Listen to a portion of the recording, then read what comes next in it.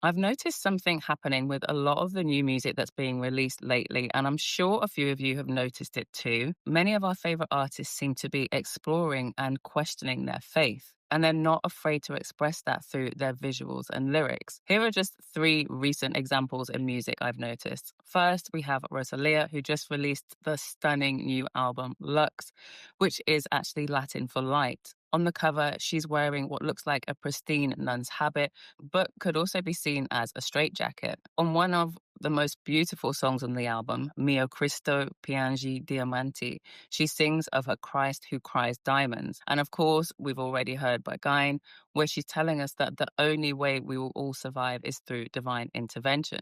Another recent release came from Sevdaliza, and to promote her new album, Heroina, one of the images shows her with a cross underneath her skin. And on the track listings, we see songs such as Maria Magdalena, Messiah, and Angel. And then from the UK, we've got Dave, who broke records with his new album, The Boy Who Played the Harp. It was the fastest selling rap album on vinyl this century. On the album, Dave talks about searching for a sense of purpose. And on one song called Selfish with James Blake, he expresses concerns over how his own selfish actions may have affected the lives of others. And at one point, he even wonders if he should really be here.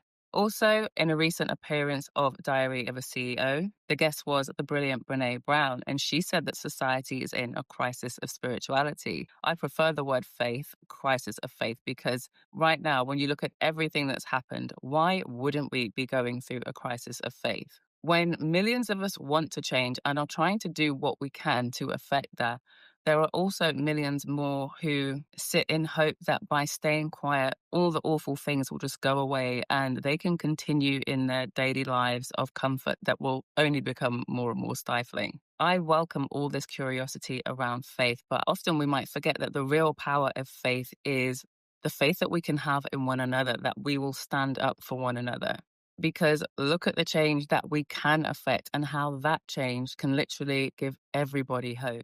And before any of you say it, you're right. An artist searching for truth and creating art that questions faith is definitely nothing new, but that makes it no less powerful.